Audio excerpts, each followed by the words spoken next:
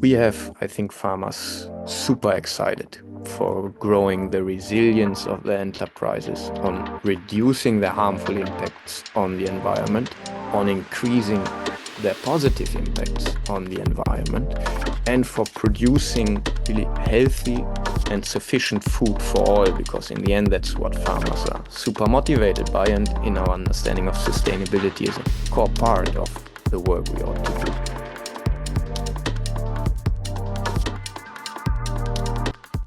Hello, and welcome to the New Food Hub podcast, where you can discover the future of food. In each episode, we'll be chatting with industry experts to provide you with actionable insights on the latest innovations and trends in the alternative protein space. Created to help retailers, multinational food brands, and traditional meat and dairy producers to stay ahead in a rapidly evolving marketplace with practical and honest advice. Tune in to get questions answered, build your knowledge, and join the movement towards a more sustainable food system. I'm your host, Gemma Tadman, and in this series, we'll be navigating the future of alternative proteins, sharing insights on how to prepare ourselves and our businesses for a more sustainable food future. Today, we're diving into the future of sustainable farming and ingredient sourcing with Simon Kraemer, a leading advocate for regenerative agriculture in Europe. As farmers navigate economic pressures, climate challenges, and shifting consumer demands, we're exploring how they can seize new opportunities in diversified, sustainable farming and alternative protein production. We'll ask Simon to share insights into the current state of European agriculture, the growing farmer interest in sustainable proteins, and on-farm solutions that can drive real change. We'll also discuss the critical role of businesses, policymakers, and organisations in supporting farmers through strategic partnerships, policy interventions, and systematic shifts towards resilient food production systems. So let's say hello to Simon. Hello, Simon. Thank you so much for coming on the podcast today. Thank you, Gemma, for inviting me. I'm pleased to be with you. So, Simon, could you please start by telling us a little bit about your background? So, how did you first get involved in farming and agricultural policy? Yeah, so I stem from a family where my dad started out as a chef and my mom as a butcher, and then they both studied food technology. My dad started actually developing in the 90s one of the first vegetarian sausage alternatives. And then they went into management in a small, medium-sized food industry, and I grew up in that kind of stuff and started with like my first internships and work really in the medium-sized food industry in Germany. And then I studied economics, political economics, and went to university, started working in CSR and ESG consulting of food companies, and at the same time started working for nature NGOs. So that's where I started getting involved in agri-food system policy lobbying and also lobbying. And I think that's the beginning of the journey. Amazing, a very interesting kind of journey into your work. And so, for those who aren't familiar, what exactly is the European Alliance for Regenerative Agriculture and what motivated its creation, please? Yes, thank you. So, while I was working for the Nature Conservancy NGOs on agri-food system lobbying and so forth, I had to realize that we needed first new ways of political advocacy, but also new ways of appreciating a new revolutionary farmer movement. And we didn't, what was always troubling me and other friends is that we didn't really have a piece and cooperation of all of the different pioneering movements sprouting in Europe, if that's agroecology, it's at conservation agriculture, Nordic market gardening, CSAs, holistic management, agroforestry, syntropic agroforestry, and so forth. So we invited with a very specific aim for diversity, both in gender and farm types, the pioneering farmers from the regeneration movement from all over Europe to a farmers' castle in Germany, and there they self-organized into a new farmer association, which is the European Alliance for Regenerative Agriculture. Wow, thank you. And as you've already kind of suggested, European agriculture is facing multiple pressures at the moment, climate change, economic challenges, and multiple policy shifts. How are farmers responding to these? So when we say farmers, we always have to be very careful that we are differentiating because just as the people, they can be of all colors and of all worldviews, so to say. So I think we have a lot of farmers who are upset about the kind of ambition slowing down. We can say that we have all farmers upset about the bureaucratic workload on their farm and the way our policy making centers are engaging with them through prescriptions and through also a perceived cockiness, let's say. And then we have also, I think, all farmers concerned about the political economic developments. So, on farmer demographics, we are losing farmers super fast. Also on the share of the money that we eaters spend that ends up at the farm gate, which is just continuously reducing. And ultimately, I think also some of the pioneering farmers, who in my personal view are kind of the spearhead of the re-indigenization of our societies, but also of our living up to our obligations to regenerating Mother Earth, they have problems in interaction with standard nature conservancy laws. They also have problems of getting recognized for their work, and we can dive into those examples clearly. Thank you. Now you've worked with people, all across Europe. Are farmers and growers and producers interested in sustainability? What's driving the shift in interest and what's holding others back? Yeah, if I humbly may, we are very critical of the term and concept of sustainability because I mean it stems from a German royal forester on just aiming to keep the capacity of the forest to earn the money Mm, of the queen. And we believe it's really about a context-specific continuous improvement journey. And then we can also refrain from judging the farmer who maybe today is using pesticides, but we don't know the path dependencies of the death of his family, of other people in the family, maybe having other views on how things are done and so forth. And we have, I think, farmers super excited for growing the resilience of their enterprises, on reducing their harmful impacts on the environment, on increasing their positive impacts on the environment, and for producing really healthy and sufficient food for all, because in the end, that's what farmers are super motivated by. And in our understanding of sustainability is a core part of the work we ought to do. brilliant. Thank you.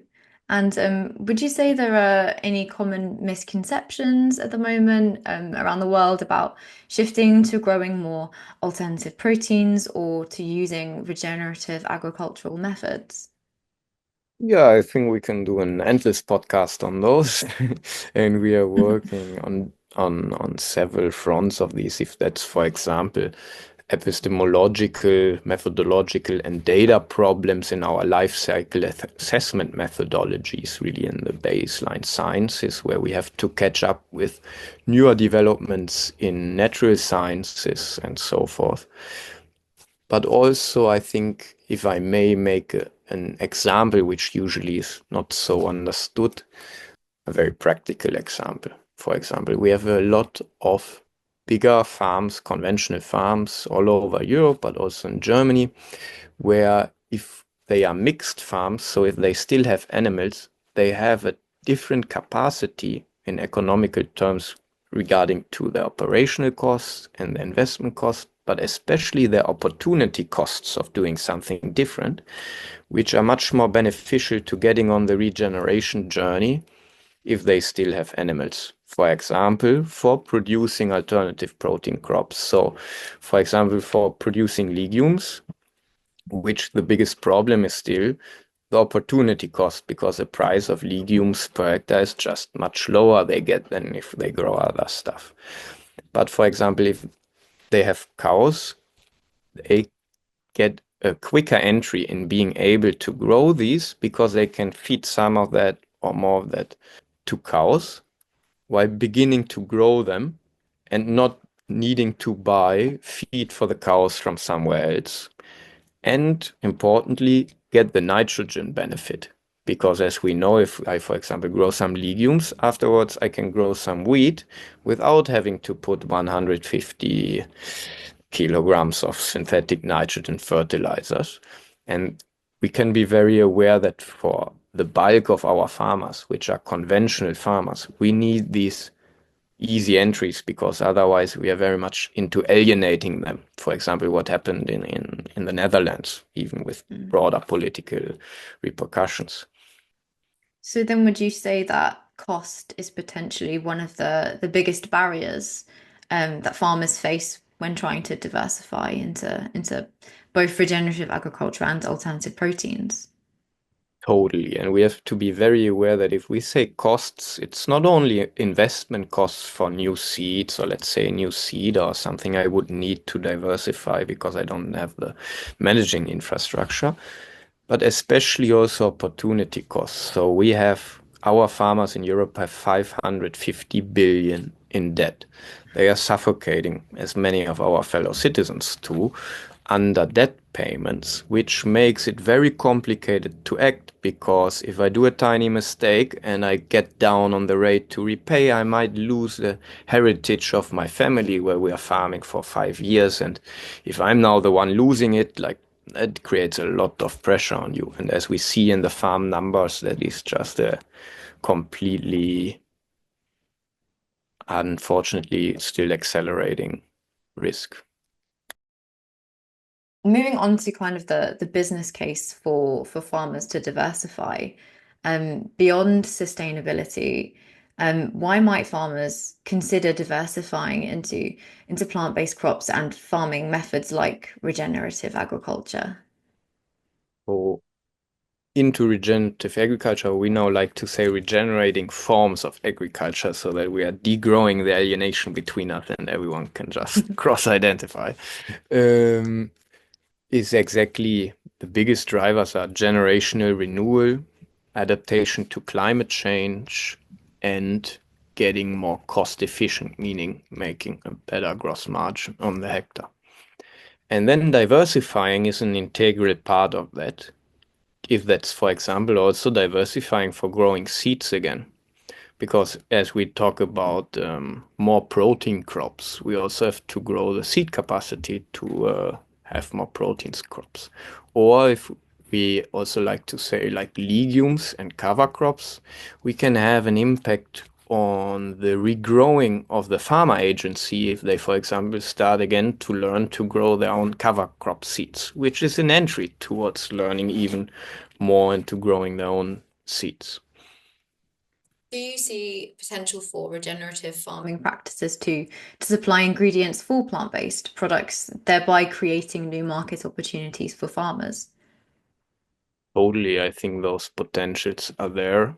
I think, yeah, the retailers are now, we just have to be very careful in the sense of how is these already, and they will continue to change the basic supply chains of our food system as we are increasing the share of also plant-based protein final products, let's say, because of course everything is plant-based in from the outset. All the whole biosphere is grown from photosynthesis and plants. And I think the potentials are there. The question is how much does a farmer get? Because as I shared before, if we are just continuing and if we are able to keep the price low for the protein crops, where there are actors in the system to have a huge interest in that. Because if I'm a retailer, for example, I can switch now to plant-based produce and achieve a huge vertical concentration of the chain, and then vastly even increase my margin, for example, in comparison to that I had on a shitty pig meat steak or whatever. But if the farmer is then not getting more for the protein crops, we have a problem. Yeah, absolutely. Let's have a little bit more of a closer look at some of these key barriers and the role of businesses and policy and other organizations then. So a few weeks ago, the EU unveiled its agricultural vision for the next 5 years. What key policies and initiatives are you most happy about? And in your opinion, if anything, was anything missing? What was most needed to support European farmers to diversify? That's a very fitting question because yesterday we published with a huge consortium, among them the European Vegetarian Union, a lot of multinationals, the largest European Landowners Association, different farmer movements and pioneers and also investors, a response to the vision of the European Commission. And in there, we basically, I can say with 3 or 4 main points, which is they talk a lot about simplification and about competitiveness and about strategic autonomy. That are basically policy geek words for producing more and more safely. However, the tools of how they believe we can best get there, like new GMOs or focusing on practice-based payments, the pioneers believe to be outdated. So we see that we are really able to scale out the achievements of the pioneering farmers to the other farmers by focusing on strategic result-based indicators and by having a simplification that not as a commission often or others also say comes also with a deregulation, so reducing the conditionality on the farmers for receiving public payments. We rather say simplification can only mean that we reduce the bureaucratic workload for the farmer to get meaningful payments, to remunerate them for the ecosystem services, or to get them payments to help them ensure their transition risk and increase their agronomic capacity to actually execute on these new regenerating growing systems. As part of that, then, are current EU subsidies aligned with more sustainable farming methods? If not, what do you think needs to change? So I like in a very critical manner, and I hope it will not be held against our disadvantage. But to some extent, the states have become the biggest greenwashers because they go out and claim 40 to 60% of the CAP payments have results for climate mitigation and adaptation. We claim a lot of things that how much now? I think 70% of CAP payments through eco schemes in Pillar 1 or agroecological AECMs in Pillar 2 and other payments already go only to a socio-ecological purpose. The problem is that we are not measuring the actual impacts of the way we are giving that money to the farmers. We put and say that money goes through this box and that we clarify as sustainable. But then we have to look at much more behind that. What is the actual uptake of the farmers of that? Is the uptake of the farmers better than the alienation that maybe some farmers experience because they feel pushed to do a measure? Then even we can have negative ecological impacts of some of the measures which we claim to be sustainable. As an example, we pay a lot of money for farmers in grasslands to mow the grassland at a specific date. And the money we do that because in one study once in one part of Europe, we found that if we mow before that date, there will be more insects in that grassland. And we pay a lot of money for farmers, more than they can really make with any kind of business on the grassland. However, if it was raining, which with climate change is very much possible, 3 weeks before that date, the farmer will go on the field nevertheless, because as we discussed, they have bills to pay, families to feed, and most of them are not quite the richest guys. However, then we are compressing the soil for years to come, because usually you should not go on the field when you have so much rain. And over 70% of our biodiversity, of our insect biodiversity, is soil breeders. So we actually have a long-term negative impact on what we were aiming to achieve with the practices. So we have a lot of room for improvement, and we also have very precise proposals on which we are now working on our Regenerating Europe tour to really weave a cross-sectoral, really civil societal organized campaign on helping the Commission to have the courage and that the technological capacity to operationalize a real structural reform of the CAP. Brilliant. Thank you, Simon. So as we've said, diversification is difficult without sufficient support from policy. Moving on to industry, how can businesses collaborate with farmers to better support them in diversification? So we have very amazing pioneering businesses in Europe, from the SME food industry or also from the cosmetics industry, who are doing a lot to help the farmers in their supply chain, really.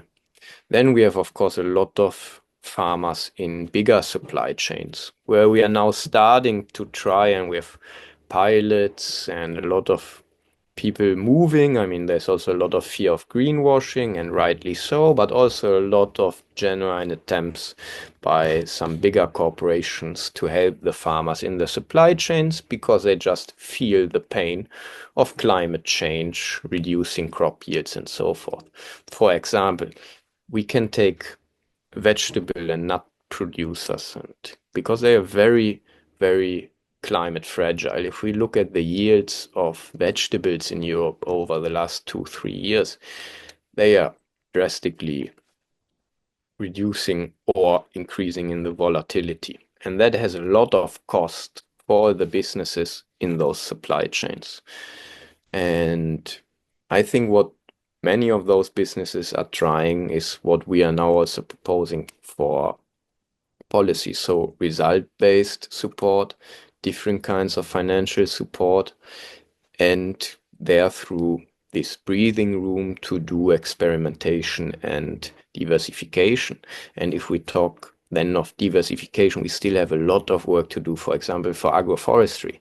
So nut trees, for example, and which are a great protein source also, and the investment support that farmers need, and then the operational support to keep those trees pruned and basically have again more need for manual farm labor on the farm, whereas in the last years we were always guiding our farmers to have less labor for more food. Brilliant, thank you. And moving on to actual solid actions that farmers can take, what are some of the first steps and, on-farm solutions that people can implement if they're considering diversifying? We very much believe that all diversification and regeneration begins in our minds and hearts and soils.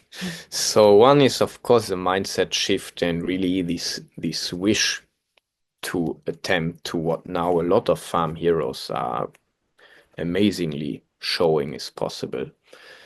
And then in the soils, to have a proper analysis of where do our soils stand, where we do have to do the chemical balancing, so that then the biology can flourish to its optimum. Like we also know that now in nutrition, now we have macro, micronutrients. We're just learning about phytochemicals, and all this kind of chemical infrastructure of ours has to be in balance so that the biology, our holobiome, our different communities can really cooperate in the best way possible. And then on that soil, we need to have more living plants. So really increase the photosynthesis. So as an example, I like to make, we have, since the birth of Christ, halved the productivity of Mother Earth. So we have Wow. halved her capacity to breathe of plant productivity. And if you look today at the most farmland has a lot of less photosynthesis per hectare than natural or semi-natural or land left in fallow. Historically, we had the most photosynthesis where humans and nature had the best cooperation, so in the indigenous communities. And we see that even historically also before the growth of patriarchy and stuff, but that's a longer story. um, so farmers really need to increase photosynthesis on the land over the whole year. So that's done with undersowing cropping, with cover cropping, with agroforestry, with better grazing management. And then we need to keep the soil covered and only work it as little as possible. So that's then new seeding machinery and so forth. And then of course, I like more. I think many agronomists say it goodly is kind of we need to enable the farmer to earn the right to reduce the harmful inputs that we want to reduce. Because as we know, they are under a lot of financial pressure. So first we must enable them to, we always just say, substitute inputs with more photosynthesis. So once we have enabled them to do more photosynthesis, we can reduce nitrogen, synthetics, pesticides, and so forth without causing a yield dip. And then we can really get them on the train of regeneration. Great advice. Thank you. So we're nearing the end of our chat now. So I'd love, some last little bits of advice and some thoughts on the future food production from you. Firstly, what practical advice would you give to farmers trying to, balance economic pressures with sustainability goals?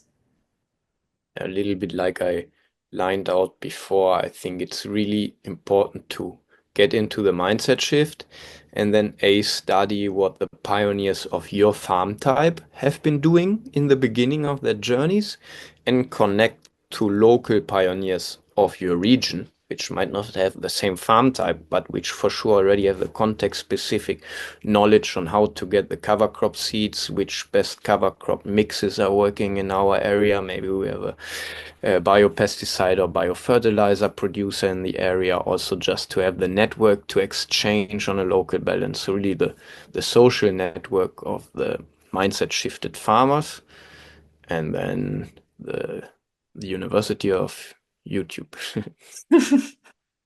Brilliant advice. And it might be difficult to pin this down to one thing, but if you could just change one thing about Europe's food system tomorrow, what would it be? Would put all land back into the hands of the commons. Brilliant. Thank you so much. And what gives you hope for the future of farming? Our farming pioneers. I can really, if you haven't, and please just find the farmers in your region. You just do a little bit of Google search, you put like the words of regeneration, regen ag, and so forth, and you will always find a farmer not so far from you who is just, or she is just doing amazing stuff. Like we can regenerate really faster than we believe, and we can grow food that will help us to get out of the detrimental holds of our non-communicable diseases. And I would even say further, our social alienation, because if we are eating healthy foods again, we get more balanced and we will be able to be more balanced in our social interactions too. Lovely. And finally, any final words of encouragement for farmers looking to future-proof their farms? First of all, I would say I'm grateful for you to be farming, and I would invite you to reach out to EARA, or even better, to your local movements of whatever kinds, and get the hands dirty with those farmers in your areas that have some LinkedIn channel or whatever and is already growing the local knowledge for you to regenerate. Amazing. Well, thank you so much for your insights today, Simon. It's been a really interesting conversation. Farmers and businesses and policymakers can find out more about Simon's work on his LinkedIn, and which I'll link that in the show notes below. And of course, on the European Alliance for Regenerative Agriculture website, which I will also link. And thank you so much, Simon, for all of your answers today. They've been so good. Thank you, Gemma, for your wonderful questions and inviting me. For more insights on the alternative protein industry, head to the New Food Hub and follow us on LinkedIn. You can also get in touch with our experts at corporate@proveg.org. Thank you for listening.